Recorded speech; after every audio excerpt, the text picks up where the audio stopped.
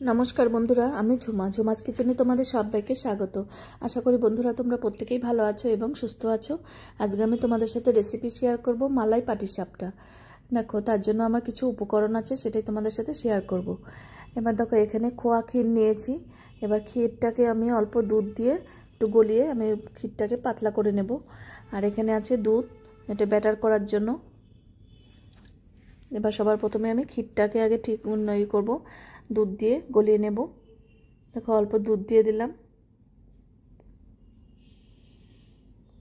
এবার খোয়া ক্ষীরটা দিলাম।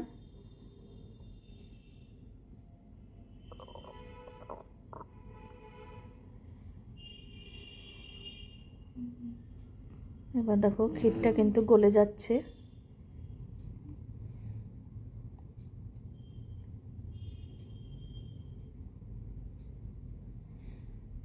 দেখো, ক্ষীর কিন্তু গলে গেছে।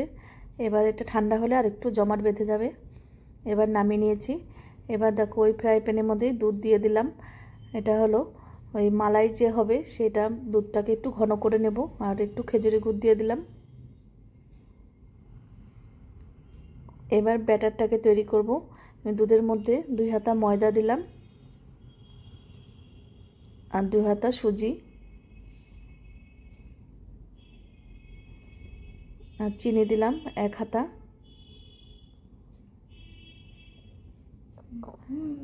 দুধের পরিমাণ বুঝে কিন্তু আটা, ময়দা কিংবা তোমার চালে গুঁড়ো দিয়ে যদি করো, সেটা কিন্তু পরিমাণটা বুঝে দিতে হবে।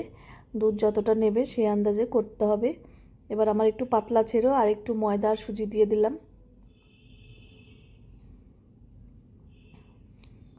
আর চিনিটা, ব্যাটারের চিনিটা কিন্তু আমি একটু কমই দিয়েছি, তোমরা চাইলে একটু বেশিও দিতে পারো। এবার দেখো, এটা দুধটাকে ভালো করে আমি ঘন করে নিয়েছি। এবার পাটিসাপটাগুলো ভেজে নেব।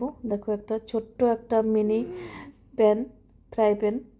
দেখো কত সুন্দর, এটা ছোট ছোট পাটিসাপটা হবে, মিনি পাটিসাপটা।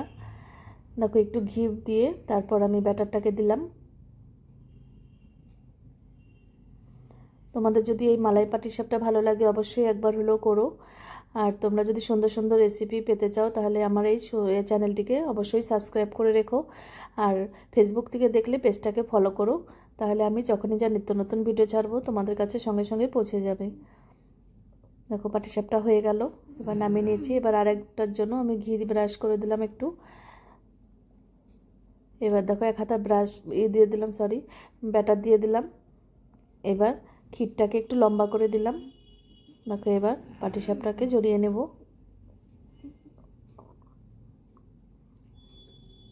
দেখো, মিনি পাটিসাপটা একদম তৈরি। এবার দেখো, এই দুধটা কিন্তু ঘন হয়ে এসছে। ওকে, এবার দুধের মধ্যে দিয়ে দিলাম। এবার 2-3 মিনিট ফুটিয়ে নেব, যাতে ভেতরে একদম দুধগুলো, মালাইগুলো ঢুকে যায়।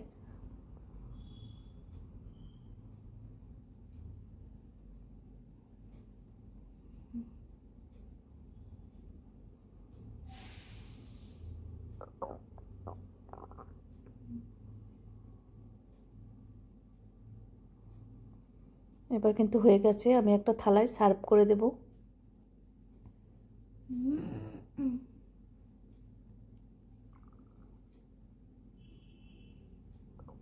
আজকে তাহলে আমি এখানেই রাখছি। এর পরের দিন আবার নতুন কোনো রেসিপি নিয়ে হাজির হয়ে যাব। তোমরা সবাই সুস্থ থেকো, ভালো থেকো।